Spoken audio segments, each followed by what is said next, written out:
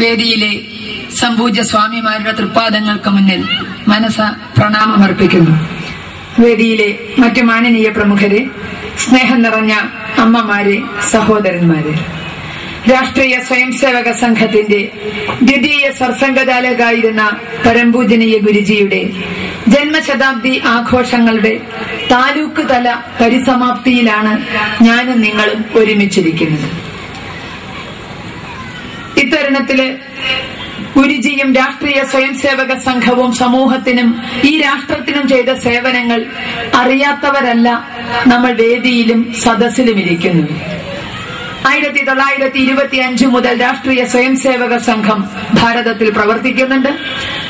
യുഗപ്രഭാവനായ doctor ജിയും കർമ്മസന്യാസിയായ ഗുരുജിയും തെളിച്ച മാർഗത്തിലൂടെ 10,000-കണക്കിന് പേർ നമുക്ക് മുന്നേ നടന്നുപോയിട്ടുണ്ട്. കേരളത്തിലും 1940-കൾ മുതൽ രാഷ്ട്രീയ സ്വയംസേവക സംഘം പ്രവർത്തിക്കുന്നുണ്ട്. ഇതൊക്കെ ശരി തന്നെ. ഇനിയാണ് അവർക്ക് ചോദിക്കാനുള്ള ചോദ്യം, കേരളത്തെ സംബന്ധിച്ചിടത്തോളം നിങ്ങൾ എന്ത് നേടി എന്നുള്ളത്. നമ്മൾ പലപ്പോഴും പലരും നേരിടാറുള്ളൊരു ചോദ്യമാണത്. കേരളത്തെ സംബന്ധിച്ചിടത്തോളം നിങ്ങൾ എന്ത് നേടി? ആ ചോദ്യം അവർ ഒന്നുകൂടെ വ്യക്തമാക്കി തരും. ഒരു MP-യെയോ ഒരു MLA-യോ ഇതുവരെ ഉണ്ടാക്കാൻ സാധിച്ചു? നമ്മൾ നേരിട്ടുണ്ടാവും ഒരു ചോദ്യം. ഇത്തരം ഒരു ചോദ്യം തന്നെ വരാൻ കാരണം ഇന്നത്തെ സമൂഹത്തിന്റെ കാഴ്ചപ്പാടാണ്. അതായത് രാഷ്ട്രത്തിന് വേണ്ടി പ്രവർത്തിക്കുക അഥവാ രാഷ്ട്രീയം എന്ന് പറഞ്ഞാൽ അത് കക്ഷി രാഷ്ട്രീയമായിരിക്കണമെന്നും കക്ഷി രാഷ്ട്രീയത്തിന്റെ അളവുകൾ അറിയാം. കേരളത്തിലെ ഹിന്ദു സമൂഹത്തിന് ഒരുപാട് മാറ്റങ്ങൾ ഉണ്ടായിട്ടുണ്ട് എന്നുള്ളത്. 1921 ഒരു കൂട്ടം മാപ്പിളമാർക്ക് ഹാലിളകിയപ്പോൾ ആ മുസ്ലിം തീവ്രവാദിക്ക് മുന്നിൽ സ്വന്തം തല വെച്ചുകൊടുത്ത ഹിന്ദു, സ്വന്തം മതം വെച്ചുകൊടുത്ത ഹിന്ദു, സ്വന്തം സ്വത്തുക്കൾ ഉപേക്ഷിച്ചു കൊടുത്ത ഹിന്ദു, സ്വന്തം ക്ഷേത്രങ്ങൾ തകർക്കുന്നത് നിർവികാരതയോടെയും നിസ്സംഗതയോടെയും നോക്കി നിന്ന ഹിന്ദു, സ്വന്തം ജീവൻ രക്ഷിക്കാൻ വേണ്ടി തിരിഞ്ഞു നോക്കാതെ ഓടിയ ഹിന്ദു, ദോഷം പറയരുതല്ലോ, കൂടെ ആരെങ്കിലും ഓടുന്നുണ്ടോന്നും കൂടി നോക്കാതെ ഓടിയ ഏറനാട്, വള്ളുവനാട് താലൂക്കുകളിലെ ഹിന്ദു ചരിത്രത്തിന്റെ ഏടുകളിൽ നാണം കെട്ട കഥകൾ രചിച്ചുകൊണ്ട് കിടക്കുന്നു. പക്ഷെ കാലം മുന്നോട്ട് പോന്നപ്പോ മാറാട്ട് കടപ്പുറത്ത് 8 ശവവും 15 ജീവച്ഛവവും പെറുക്കി അടുക്കി വെച്ചപ്പോ മാറാട് കടപ്പുറത്ത് നിന്ന് ഒരൊറ്റ ഹിന്ദു പോലും ഓടിയില്ല എന്ന് മാത്രമല്ല, കാൽച്ചുവട്ടിലെ മണൽത്തരി പോലും അനങ്ങാതിരിക്കാൻ ചവിട്ടി പിടിച്ച് അവിടെ തന്നെ നിന്നു. ഒരു പിടി അരയരുടെ ആത്മധൈര്യമല്ല നമ്മൾ അവിടെ കണ്ടത്. കാലം ഹിന്ദുവിന് സമ്മാനിച്ച കരുത്തുമല്ല കണ്ടത്. മറിച്ച് രാഷ്ട്രീയ സ്വയംസേവക സംഘത്തിന്റെ ചിട്ടയായ പ്രവർത്തനം ഹിന്ദു സമാജത്തിലുണ്ടാക്കിയ സംഘബോധവും ആത്മബലവുമാണ് മാറാട്ടെ കടപ്പുറത്ത് വിജയഗാഥ രചിക്കാൻ അവിടുത്തെ അരയരെ പ്രാപ്തരാക്കിയത്. 1950 ശബരിമല ക്ഷേത്രം കത്തിയതല്ല, കത്തിച്ചു.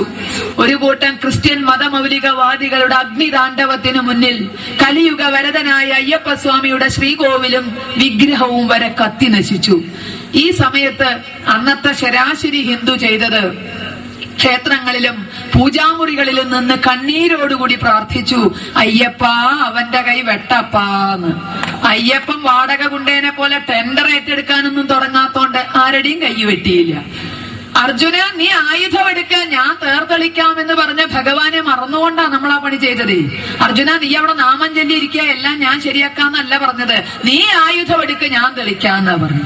അത് മറന്ന ഹിന്ദു അയ്യപ്പ അവന്റെ കൈ വെട്ടപ്പാന്ന് പറഞ്ഞു. ഒന്നും സംഭവിച്ചില്ല. കാരണം അന്ന് രാഷ്ട്രീയ സ്വയംസേവക സംഘം കേരളത്തിൽ കാലൂന്നി എന്ന് പറയാറായിട്ടില്ല, വിരലൂന്നിയിട്ടേ ഉള്ളൂ. അതുകൊണ്ടാണ് അന്നത്തെ ഹിന്ദുവിന് ഇങ്ങനെ പ്രാർത്ഥിക്കുക മാത്രം ചെയ്യേണ്ട സ്ഥിതി വന്നത്.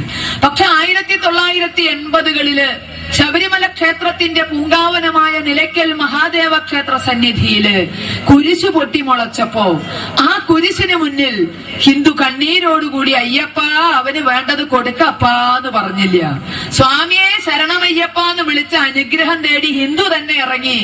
ഹിന്ദു സംഘടിച്ചിറങ്ങി ആ കുരിശ് പിഴുത് അവിടുന്ന് ഒരു ഏറെറിഞ്ഞപ്പോ കിലോമീറ്ററുകൾ അപ്പുറത്ത് ആങ്ങാമൊഴിയിൽ അത് ചെന്നു വീണുവെങ്കില് അതും കാലം സമ്മാനിച്ച കരുത്തോ കാലം സമ്മാനിച്ച മാറ്റമോ അല്ല, രാഷ്ട്രീയ സ്വയംസേവക സംഘം പടുത്തുണ്ടാക്കിയ സംഘടിത ഹിന്ദു ശക്തിയാണ് നിലയ്ക്കലിലെ വിജയഗാഥ രചിക്കാൻ നമ്മെ സഹായിച്ചത്.